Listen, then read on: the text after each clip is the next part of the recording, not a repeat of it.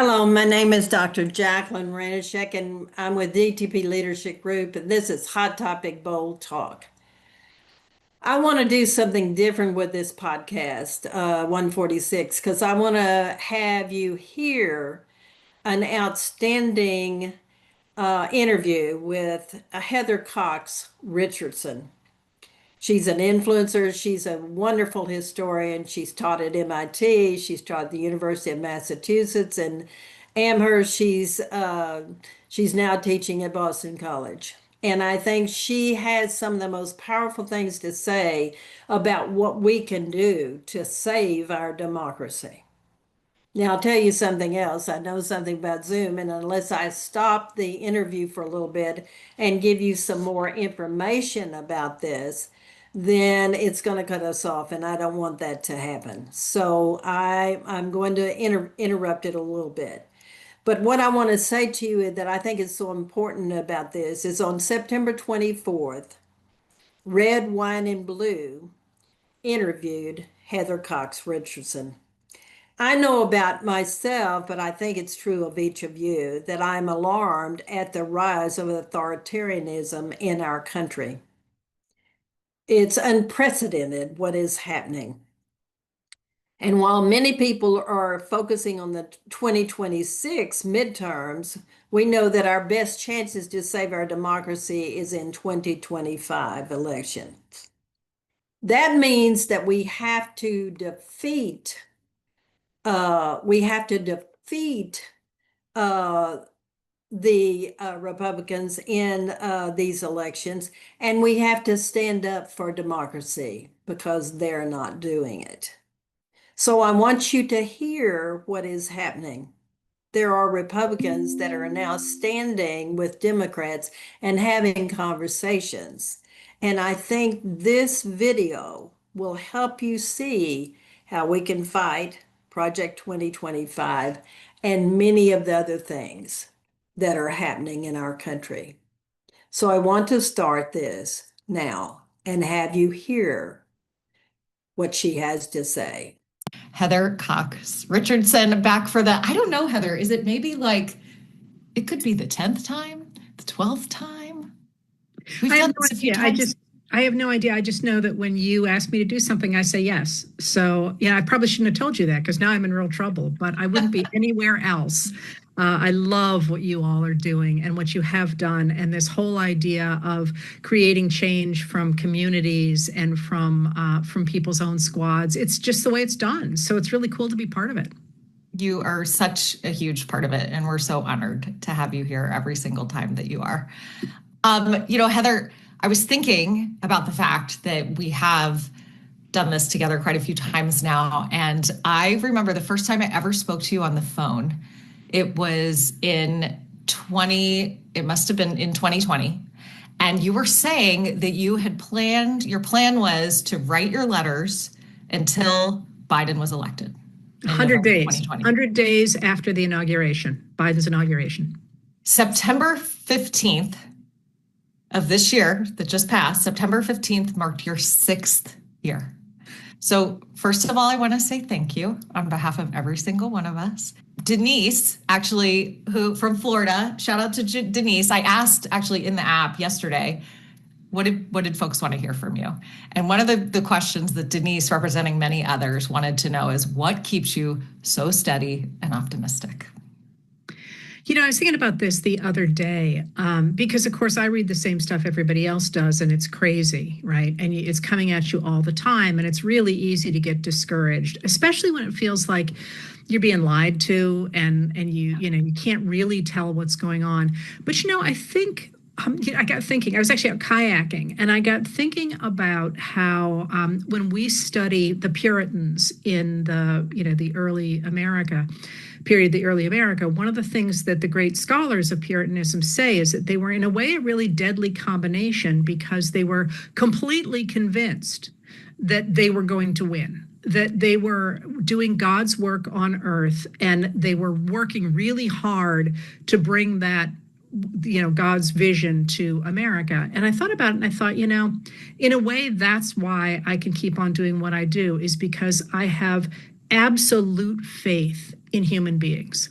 And I have absolute faith that at the end of the day, human beings do the right thing. Now, they don't all, and we all screw up sometimes and all that. But, I quoted somebody else, and I've now been given credit for that quote, which is a little unfair to the person I was quoting. But somebody said, in the end, the good guys always win. So if the good guys aren't winning, it's not the end. And that is 100% how I think about things. So that being the case, you need to take a really good look at how things are changing so that you can make sure you do the next right thing. And so one of the things that I do is by keeping a record of what's happening and trying to say, hey, this looks like this, and this happened before, and the ways I talk about the past to give us guidance for the present and the future is a way to engage with that and to help people do the next right thing. That's exactly what reading your letters every day helps fuel in terms of the fight in me. So that's powerful. And you are right. We are not nearly to the end, and it is in our hands. Let's talk about the current moment we are in, Heather. So every day brings a new low from the federal government. At the same time, in the last 24 hours, ABC put Jimmy Kimmel back on the air under enormous public pressure.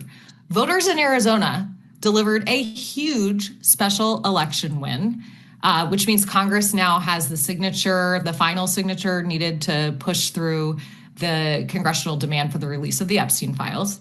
No small thing.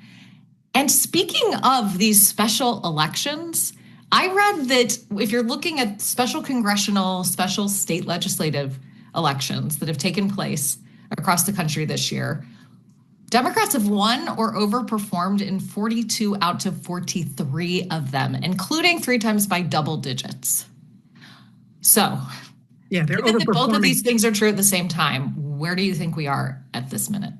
I think we are in a place where President Donald J. Trump and his administration are trying desperately to grab enough power that they can impose on the United States their own version of Christian nationalism. And their problem, if you will, if you look at it structurally, is that Trump is not in good health. He's not somebody who seems to be able really to fulfill the role of the presidency.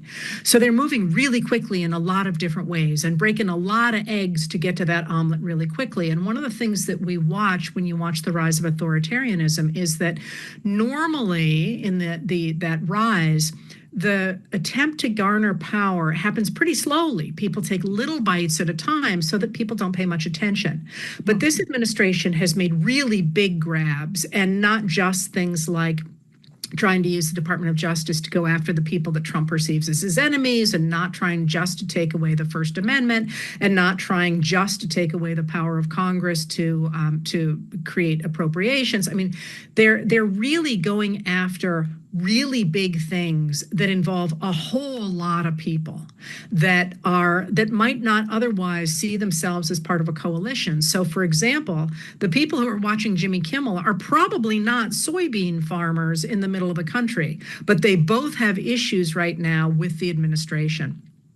So on the one hand, they're trying to grab as much power as they possibly can. But that being said, they're doing it so quickly, they're creating this huge backlash. And one of the things that I think is really important to remember in this moment is that this administration, but for a long time now, reaching all the way back at least to Nixon, the Republican Party has worked really hard to divide Americans into friends and enemies. So if you think about the way that a lot of Republicans now think about the Democrats, for example, right now, Trump and the Republicans in the Senate and the House are refusing to negotiate or even talk to the Democrats about trying to figure out some way to keep the government open. I mean, that's ridiculous. How can you not talk to an entire group of lawmakers from another political party? That attempt to create friends and enemies is a really well-established way to create a world in which you can have an authoritarian, because you convince the people on your side that the other people have no rights to govern at all. So you end up with a one-party state, and from that you get authoritarianism.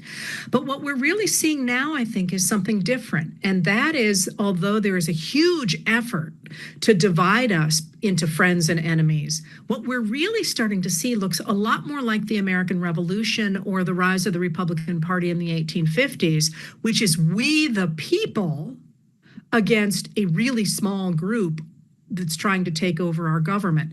And that's totally cool, not just because it means we have a chance to stop the rise of authoritarianism, but also because, let's face it, our system has not been working very well for the last 40 years. And when you get these moments where people are like, hey, listen, you and I don't agree about these 3 issues, but we can agree that we don't want to lose our Constitution. When you get to the other side of that, you end up with a really different kind of government than you had before, with very different alliances and with different issues on the table. And you don't know who is going to end up being on your side and not on your side. And, I could give you examples of that throughout history and sometimes do. But, one of the things that people laugh about is if you think about the way that people are approaching American government in this moment, you know who is one of the most outspoken progressives by far is Bill Kristol. And Bill Kristol was one of the original neoconservatives or neocons who was in the George W. Bush administration and was a real mouthpiece for what later became this radical right. And he's just simply jettisoned that and is now way out in front on the progressive side. So you think about the creativity in this moment and the chance that we finally might have to work on the issues that are dear to our hearts. I'm thrilled to see that New Mexico is going to have childcare for everybody. We can really deal with the things that have been hanging over our heads now for 40 years. And that's really exciting. So we're in this weird paradox of, what's happening now? What's going to, what is the latest assault on human rights taking place in the United States of America? And on the other hand, there's such a backlash to that, we can make these new alliances and create a new country. So it's that's exhausting too, by the way, but it's not all bleak or all optimistic in this period. It's very, sort of yin and yang. It's the good kind of exhausting. It's the creative kind of exhausting that does create rather than deplete our energy, I think. This reminds me, I want to jump to a question from Amira, who is a Troubled Nation leader. For those of you who are newbies, Troubled Nation is Red, Wine, and Blues program where you can start a local group all over the country. We have them in all 50 states. There's over 800 of them. And so Amira has a Troubled Nation group. She's based in North Carolina, and her group is called Operation Unite, and it's bringing together military spouses actually from across the nation. And her question was that we've been in dark, divided times as a country before. Are there lessons and or examples that we can take from some of these past instances where the temperature was so high and apply them in the present to get us to a less polarized place as a country? Yes, and I will answer that once I thank you for the work you're doing. And a shout out to people who are not necessarily following military issues. Both Stars and Stripes and military.com are free and they're available on the internet. And it's really good coverage of what's, the perspective from the military of what's happening in our news. So that's something I tend to read every day. Yeah, so we're not actually as divided as politicians want us to be, because the way you get people to turn out to vote is that you convince them that something horrific is going to happen if they don't. If you actually look at polls, even on hot button issues, the vast majority of Americans are in agreement on things like basic gun safety and things like reproductive rights and things like taxes on the very wealthy. I mean, there's in clean water and clean air, lots of things that are certainly perceived as being hot button issues that are not. And that's important to remember, because when you're trying to convince people that, we should be doing things in a more progressive way, it's worth remembering that 80% of your neighbors probably agree with you. Now, obviously, that's a general thing across the country. It's going to be different in different pockets, but these are not fringe ideas that we're talking about. So after you remember that we're not all that divided, one of the things that is important when you think about getting rid of those divisions is to recognize that if you're facing the language from the administration that is trying to drag you into a certain kind of fight, simply butting your head against that argument reinforces it, because it says that's the most important thing, and you're in that box with them. And you can think about this in your own life. We have all dealt with that impossible worker or family member or neighbor. And if you try and hit back, not literally, but if you try and stay within whatever argument they are trying to have, you're just stuck and you just feel like you are going crazy because you can't get on to solve whatever the issue is. If you think about that on a larger scale, it's important to remember that, in fact, Americans do share wide-ranging traditions as well as ideas about the way they want the world to be. And so rather than staying back in whatever the fight of the day is, and by the way, you could see the president today trying desperately to turn the approaching shutdown of the government into a fight over trans high school athletes, which has absolutely nothing, there's nothing on the table that has anything to do with high schools, athletes, or transgender people. You could see him trying to get that fight going again. But if you can move beyond that to whatever the issues are that matter to people, the fact that you should have control over whether or not your child has access to books in school rather than somebody banning them so that they don't exist, that your kid can't get their hands on them. Those sorts of issues framed as our rights are very powerful, and so are our traditions. So one of the things that I do when I'm trying to figure out how to frame something that people understand that this is not about whether or not somebody, sufficiently mourned a murdered activist is to think, what are the principles at stake here? What is the constitutional amendment? What leader that everybody has heard of grappled with this particular issue? And if you can do that, you can I think of it as sort of taking their box and putting it to the side and moving forward. And that is absolutely what Abraham Lincoln did. And he's the person I use as my model. I think if I'm trying to figure out how to do this, how would Abraham Lincoln have framed this and moved on? And you can't live up to his ability, but that sense, again, think of getting past whatever that fight is with that difficult person in your life. You just can't stay wrestling with that pig, as they say. You both get dirty and the pig likes it. You got to move forward into another conversation. Heather, the truth is, at this point, Trump is the least popular president in history. It's been true for a bit, and it's deepening. That's becoming more true as the weeks passed. So exactly as you said, the majority of Americans do not want this. We support free speech. We support public schools, reproductive freedom. And we see, of course, that inflation, the job market, it's all getting worse. What lessons can we learn from the past about how to turn his unpopularity into our strength? Just to be sure people are aware, when we take a look at the 2024 election, which Trump did not win 50% of the vote in that, for all that he talks about a mandate, more people voted for somebody other than him than voted for him. One of the statistics to keep in mind is that many people confuse voters with the general population. And G. Elliott Morris, who publishes Strength in Numbers, unpacked those numbers this weekend and pointed out that if you recognize that only 64.1% of eligible adults voted in November 2024, that translates to Trump's popularity in November 2024 at its peak of about 32% of the American people. And that is now dropping. That's, I think, an important thing to keep in mind. Now, in terms of continuing to pressure that, there's a couple of things to think about. One is, again, moving on to issues that people really care about and that matter at the local level and that create coalitions at the local and at the state levels. And we're going to talk more about that, I hope.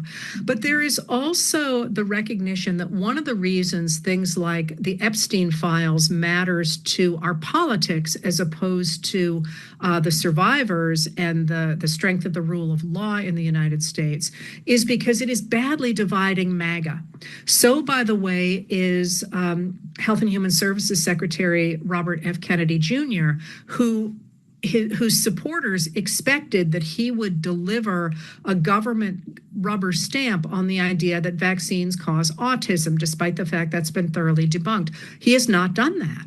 And that has made them very, very angry. If you watched after the announcement about acetaminophen and autism, they, all over X, people were saying, wait a minute, this isn't what we signed up for. We want him to say it's vaccines that cause autism.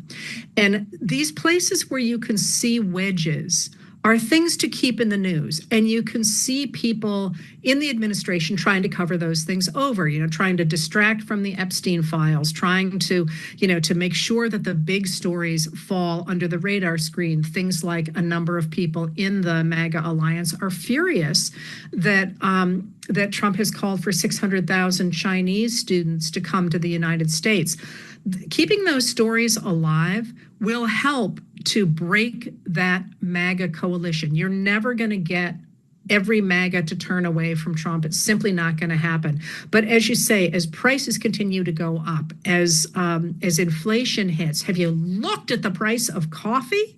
I'm just gobsmacked every time I go to the supermarket. Aside from everything else, coffee is like solid gold. As those things hit, the more that we can keep in the news those kinds of stories, the more it will hurt that coalition. And then there is also the very important thing of making fun of Trump and his people, weakening the people around him, and also emphasizing to people who are trying to recreate American democracy that we're on the fun side. We're the ones who get to have the kind of red, white, and blue organizations, and we're the ones who can claim Fannie Lou Hamer and can claim, Abraham Lincoln, and that joy, the dancing in the streets at the marches and the mariachi bands and all that stuff, that really matters. Bringing your joy to this effort is going to be really important going forward. Amen to that. All right. You mentioned local elections, local organizing. Let's talk about it. We are less than 6 weeks away from the 2025 elections. So November 4th, 2025, we are going to have the governor's race in Virginia, but not just that, all the executive offices and their General Assembly, so their state legislative races, New Jersey governor's race, Pennsylvania state Supreme Court, a critical ballot issue we know about in California. And then the other thing that far too few people are talking about, but a lot of women on this call are the fact that we have local races, 52,000 open seats we will be voting on in communities across this country for city council. I'm talking about school board. I'm talking about school funding issues. This is an opportunity we have in front of us in less than 6 weeks.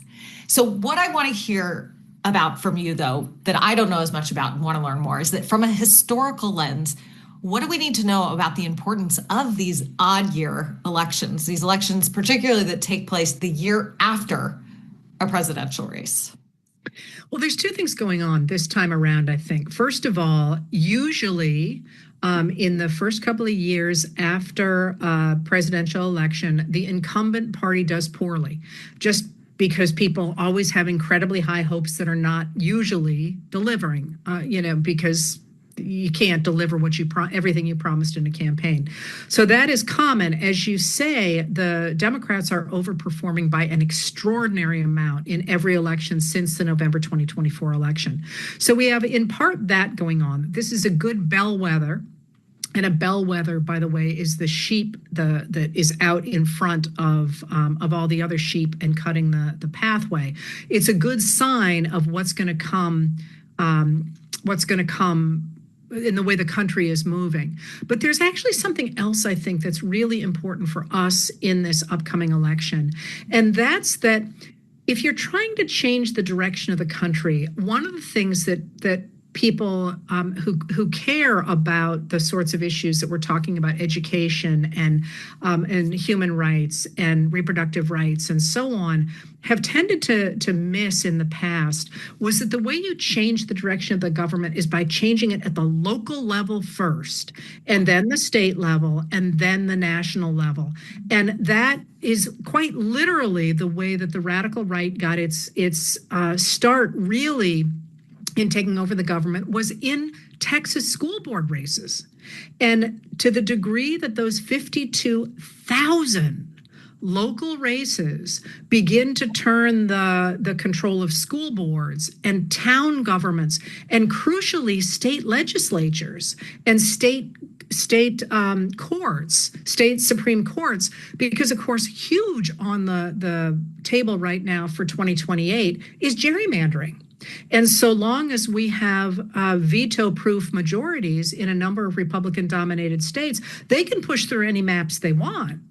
And the people taking back control of their local and their state governments is absolutely crucial to changing things at the national level going forward. So I think we have both of those things going on. And one of the key points to this, and my friend Tom Nichols, who writes for The Atlantic and used to be a Republican and is still a conservative, used to say, Republicans turn out for every single freaking election, right down to dog catcher, and they vote for everyone. And Democrats tend instead to vote only for the races in which they personally have done research on those races. And what that means is that in races that have less turnout, like off-year elections do, the Republicans tend to win them simply because everybody showed up and checked all the boxes. The next couple of years are going to be show up and check all the boxes kinds of elections. Because again, this is not about partisanship at this point anymore at all. It's about protecting democracy against the rise of an authoritarian. It's we the people. And that's going to be central to these next several years of elections. And then on the other side of this, when we have reclaimed our democracy, as I say, partisanship is going to look very different. And I don't know what it's going to look like. You don't know what it's going to look like. But now is no longer the time to say, hey, I voted Republican in 1984, and that's who I am. It's not who you are anymore. This is the time to say we're going to protect democracy at all levels of our governments. What an opportunity. What I want to say to you is I really think it's the reason I've done this. I think you can see the reason I'm putting it before you. I think that we have a lot of hope in what Heather Cox Richardson is talking to us about. She's showing us how we can fight by voting in people that are going to support our democracy and support us moving forward against extremism. I think another thing too that we need to recognize is, from the Supreme Court in Wisconsin to the state Senate in Iowa, or all the other things that they've named here, women are standing up against authoritarianism, and we're winning back big. You've heard that from them. You've also learned how you can bring these wins to your own community. It's one conversation at a time. And I do think Red, Wine, and Blue is a community of diverse women who are working together to defeat extremism. It's Republicans and Democrats that are combining in this group to fight what we need to fight against, which is the current authoritarianism. I think it's interesting also what they've said about Trump, because I think that is really true when I look at the situations that are constantly occurring. So I want to continue on and allow you to hear the rest of this because I think it is so important.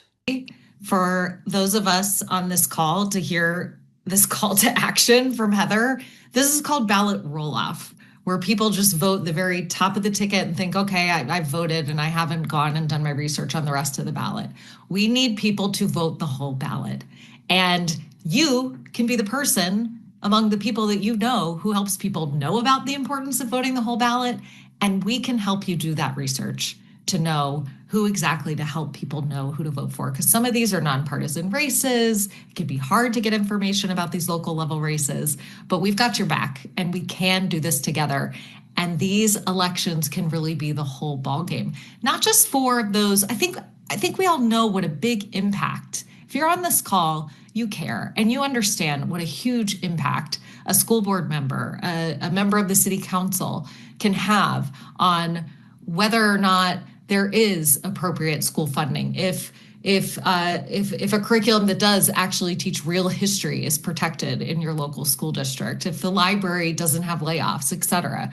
These things can have huge impacts in our local communities. But Heather, can you also talk about what clues local elections provide about broader shifts in voter sentiment? You were getting to this a bit on, the bellwethers, but I think sometimes people think, I'm so angry about what's happening in the federal government, and I feel like I call Congress and nothing is changing, and I sign a petition and nothing is changing. Can you talk to us about the significance of these local elections where we are going to have outcomes in thousands of these races and what opportunity we have to send a message there? So I love this. People often stop remembering how voting actually works and how political change actually happens. So when you show up to elect somebody, that person has looked at the electorate and has run and has gotten through the primary based on looking at what the people he or she expects to have to vote for them, what they want. So there is this loop where if enough people show up and say, hey, we really care about cleaning up our waterways, you will get a leader who puts that in their platform. And what you are seeing right now in the Democratic Party, not in the Republican Party so much, but in the Democratic Party, is an awful lot of leaders. And I'm going to use the word younger here, but it's not necessarily anything to do with age. It's usually people who are new to the system, coming up with all kinds of new ideas. And you might like some of those ideas and not like others. But what they're doing is they're listening to this newly mobile electorate and saying, hey, if I speak about these things, I can get elected. And so you're seeing James Tallarico, for example, in Texas talking about a new kind of Christianity. You're seeing Mamdani in New York City talking about making the city much more usable for the people who live there. You're seeing all these different new voices coming up with new ways to think about the country. And that's how the system works best.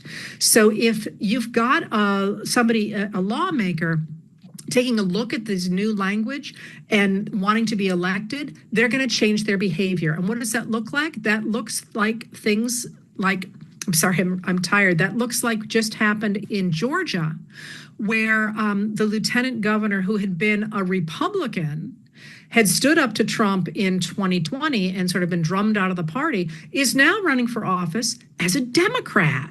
And he's not doing that because he suddenly thinks that he's had this conversion and he wants to change entirely everything he thinks about. He's reading the leaves and saying, people will elect me if I seem like I am embracing democratic policies, because those are the things that people care about. And he says, listen, I don't agree with the Democratic Party 100%. They're not going to agree with me 100%, but I fit better over here. And I think that people will vote for me over here. So making your voice heard at those lower levels, even I say to my students when they're applying for jobs, you're not going to get them all, but every time that you're out there raising your voice and making it clear that you care about these things, you're advertising. So even just showing up to a school board meeting and sitting on the side and sort of nodding as somebody is advancing a policy that you care about, that matters so much, because people are paying attention to that and they're saying, hey, everybody on that side of the room is nodding and they're frowning when that guy speaks. That's the feedback loop that creates change in in American society and in American politics. And the way you do that is by speaking up on the ground in local areas, in state areas, on social media, making sure that you're taking up oxygen. Because what we see is that lawmakers respond to the voices they hear the most often. And, the more you speak up, the more people do what you want them to do. Just look at what Disney has just done with regard to Jimmy Kimmel. That was absolutely about the backlash to the attack on free speech. Heather, what you have just described, I have seen myself over and over in person in Ohio, where I live. I have seen it in North Carolina. I have seen it in Pennsylvania and all the places in Michigan and in Virginia, in so many places all across this country, as you know, where Red, White, and Blue has women organizing locally on the ground. I have seen it with my own eyes. Truly, it's the reason why I started Red, White, and Blue, because I heard about women taking this kind of action in their own local communities. And the true power of it is not just in the me deciding, okay, I'm going to show up at a school board meeting, or I'm going to make sure I vote in this odd year school board election. It is me deciding and realizing, and honestly, before I went on this journey with Red, White, and Blue, I didn't fully grasp it. The power that I have at the local level to influence the outcome of a school board vote, to influence the outcome of a city council vote, the outcome of who wins in one of these elections, because some of these races have, 1,000, 2,000 people voting in them, sometimes less. You and I get together a crew of people we know, and those people all talk to one person. We are swinging that election ourselves. If I show up by myself at a school board meeting, okay, maybe someone will notice. If I bring 2 other people and those 2 people bring 2 other people and we bring a dozen, we are going to own that room. And that is why at Red, White, and Blue, over and over again, you are going to hear from us. If you're new here tonight, if you're not new, you're used to hearing the power of your own voice, and your network, your circle of influence is tremendous. We have the opportunity in these next 6 weeks to continue to kind of lean into this feeling of overwhelm, and no matter who I call, no matter what I do at the federal level, they're continuing to frustrate us. Or we could decide to organize in our local communities, to organize our friends, and send the biggest message yet on November 4th. And that's what I'm hoping people on this call will choose tonight. And that's why I'm going to ask you all to be staying in these after parties, making sure you're getting on the app, making sure you're organizing with us in these races so that we can do that together, because we cannot do it alone. Heather and I can't do anything of what we do all alone. It is 100% about this community. Well, and that's the fun of it too. Yes. We're really, you meet great people. And, I was saying to someone the other day that one of the things about politics is I often feel like people think it's a different world, that that maybe politicians come down from Mars or something. But the truth is, it can seem that way sometimes. Well, yeah, I suppose. But the truth is, you want to elect people that you trust to do what they think is right for the community, as opposed to doing what's right for a small set of donors or for themselves. Are they trying to do the right thing, or are they not? And that doesn't mean you're going to like everything they do. I mean, in fact, if you did, that would be weird, right? But if you elect people who are trying to do the right thing for the United States of America and your state and your town. Now, you're not going to be happy 100% of the time, and maybe next time you'll switch them out to somebody else. But what you're going to do is you're going to help turn the country back to a place where we're trying to do the right thing for the most of us. And that's not that high a bar. I think we deserve that. I think aside from everything else, we deserve to have people representing us who are trying to do the right thing, just the way we try to do the right thing every day. And yeah, we screw up sometimes, but you don't surround yourself with people who are deliberately trying to knife you in the back. So why would we put those people in charge of our laws and our country? And I just want to reiterate what you said too about this actually being a good time. Every single time I have gone to a school board meeting or a city council meeting, I have had a great time because I'm doing it with other women who I just feel such a connection with over values. We're doing something where we can see a concrete impact, and these women become friends for life. This is truly work that we bond over. And there's so much power in that. It's truly unbreakable. I see it again and again and again. And I know it's why women continue to create local groups together. We might start these groups because we feel frustrated, angry, scared about something, but we stay for the people. We keep showing up for each other. Heather, I want to ask you about a couple more things. So what I'd like to say to you is that I think you're hearing things you can do yourself. And I think you can join with your networks of people.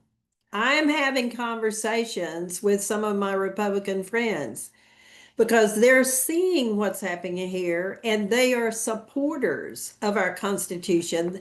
They don't like the corruption. They don't like what's happening in our country, and they're beginning to be uncomfortable. And I think that Richardson has made it very clear. Some of us will shift and will do things to align with each other so that we can really bring the best people back into politics that are going to support what she calls 80% of our country right now. So I want to go ahead and continue with this interview, and I hope that you're gaining a great deal from it. It certainly has given me hope. We're talking about community. Can you just talk a little bit more about, in the face of the current media environment we're in, why it is so, and I'm talking about, we have these Trump ally billionaires, talking about taking over TikTok, CNN. We've already seen people like Mark Zuckerberg and Jeff Bezos, take steps back from doing anything to stand up to those in power. What is the importance of things like being able to connect, through our communities, through local groups, through things like the Red, Wine, and Blue app? I'm feeling a great deal of urgency in this moment, given this shifting media ecosystem. How are you thinking about that right now? The media ecosystem is changing really rapidly. So is education, for that matter. In fact, our entire world is changing really rapidly. And we do have the problem that you identified, that our traditional or our legacy media is being consolidated under a few very wealthy, usually right-wing billionaires, a lot of them. All of that is a real problem. There's no doubt about it. However, when this has happened in the past, what we have seen is the rise of independent media, and that's exactly what we have going on nowadays. Now, there's all kinds of new independent media where you can learn about all sorts of things that you couldn't have learned about before. For example, we have at least 4 people out there that I read, usually every day, talking about legal cases. I'm not sure I'd ever read about a legal case in a newspaper before now, when you can actually hear somebody explain in everyday language why Humphrey's executor matters, right? So we do have the rise of this independent media, but the reason we have media and the reason any of this matters is because people cannot make good decisions about their lives unless they have accurate information. And this is one of the reasons that the rise of right-wing media, pure right-wing media, has been such a problem, is because it does not present reality. So people make decisions about their own lives and their communities and their states and their country based on a lie. And think about that again in your own life. If you're trying to start a business with a partner, and you don't know that that partner is talking to somebody else and getting ready to embezzle all your money, you cannot make good decisions about how to put your business together. And you think about that in your personal life and so on. You need to have accurate information. And for me, one of the reasons I write is because I feel like taking away somebody's right to accurate information is a profound attack on human self-determination, because you're tricking someone. You're making them do something that they wouldn't do if they had accurate information. So what that means in this moment for the news is that There are lots of places in the country that have what we call news deserts. People don't know what's happening. And that matters in a way more at the local level, even than at the national level, because you don't know when they're going to, pave over a waterway that's used to absorb storms that come in off the Atlantic. Or, you don't know that they're going to decide to cut funding for a school program that you care about because it's not being reported on. And one of the things that I like to encourage people to do is essentially what I did when I started the Letters from an American, is if you know something's happening in your town, tell people about it. And we have the tools now to tell people about it through social media, through any of the places where you can publish for free. And you don't need, how many readers you need to have to make a difference? One. This idea that somehow you have to become, the editor of the Philadelphia Inquirer in order to make a difference is absolutely not the case. If your neighbor would like to know that they're going to pave over the storm drain in front of your house, tell people, because that's how you get individuals interested in their community and recognizing what the forces are in the community, in the state, that are influencing their lives. So I am less concerned about the consolidation of media than a lot of people are, because there is so much new independent media, more every single day, and it's really good. And you're starting to see sort of the backwash, so that legacy media is beginning to do the sorts of things that people like me do. Have footnotes, explain how things work. That's actually, I think, a really good thing. But I'm also really interested in the rise of independent online media that you're seeing all across the country. The Baltimore Banner, the Tennessee Holler, the I'm tired enough that I can't think of a lot of them, but Cal Matters.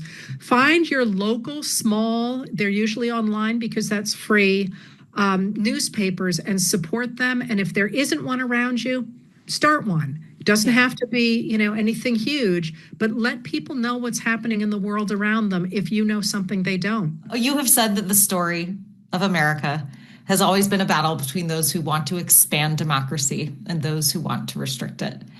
What gives you hope that democracy can win out again? Well, I think that goes back to the first thing that, when you asked a similar question, the first thing I talked about. The idea that human beings would deliberately choose to end their self-determination strikes me as being completely contrary to the entire human project. And I really think that at the end of the day, human beings, at least those in the United States of America, which is the only country I'm qualified to talk about, will not, in the end, choose to get rid of the opportunity to choose their own future that they've had in the past. Never perfectly, but those principles that were outlined in the Declaration of Independence, that we are all created equal, that we have a right to have a say in our government, and we have a right to equal access to resources, including things like healthcare and education, are a fundamental pathway to achieving what is, to me, the end of, the desired end of humanity, which is the ability to create your own story. So I have faith that those people trying to take that away from us in order to aggrandize their own power are going to fail. You can see it happening for short bursts of time, and it certainly has happened in the United States for short bursts of time. But the only time it's really taken over in the United States for a long period of time was in the American South from about 1874 to 1965. And one of the huge advantages we have today over that attempt to silence the majority of voters and people in the American South is that they couldn't communicate with each other, and they didn't know where the resistance was. And there was huge resistance, but they didn't know that. They tried. Now we have the ability to call out the fact that, people are missing from some of the detention centers that the administration has built, and to call out the sweeps that ICE is making in different cities, and to call out the loss of our right to free speech, and to call out the Department of Justice when it goes after the people that Trump thinks are his political enemies, and to call out the use of our tax dollars to do things like beef up detention and to spread right-wing propaganda in Latin America as opposed to funding USAID. We can see that and we can call it out and we can create coalitions that say, hey, listen, we don't agree with each other about where the interest rate should lie. But we can agree that we need to stand firm on American principles, the ones that have served this country so incredibly well for so long, and make the United States even better than it was before all this began. Heather, it's really inspiring to me to watch as you were speaking. So many people have put up probably 100 different names of writers, independent creators they're now following to get fact-based, pro-democracy information. And it strikes me about this enormous cadre, this so much more than a cohort, this inspiring army of people who are writing and spreading the truth, reaching millions of people day in and day out. You all are still going. We actually do have a media-rich environment of fact-based, pro-democracy information. It's giving me an incredible amount of hope to be reminded of how many voices there are out there. Let me throw in here, though, that while the writers are very important, and I will always speak up for writers, not just the nonfiction writers. Fiction is its own kind of truth. And this is a moment for musicians and for artists. Artists are so important in pro-democracy movements and in, people who know how to design gardens and creating the kind of colorful, creative, hardworking world, because work is itself not a punishment, it is a gift. Those voices are all so crucial right now. And if you compare where we are now to the late 19th century, which looked very much like where we are today, one of the ways that people spread the idea of creating a society in which the government served the majority of the people as opposed to the very wealthy robber barons was through sculpture and through clothing, through new kinds of clothing designs and through new kinds of music. You get things like ragtime coming out of Texas and moving up the plains, where people just said, okay, I'm going to give my best to this country. And other people saw that and ran with it. And from that, we got this incredible outpouring of creativity and new ways to think about governance. And we got the progressive era. And I still expect that that's what we're going to see now. So we have these independent, pro-democracy, fact-based writers to keep us informed every day. We have artists to keep us inspired and fueled and remembering what we're not only saving, but restoring and building. We're building something more beautiful. That possibility does exist, but we do all have to take this inspiration, this information, and do the next right thing. And this is why we show up for each other. It is to become informed, it is to be inspired, and it is to believe in ourselves that if together we do the next right thing, we get to write the next pages of history.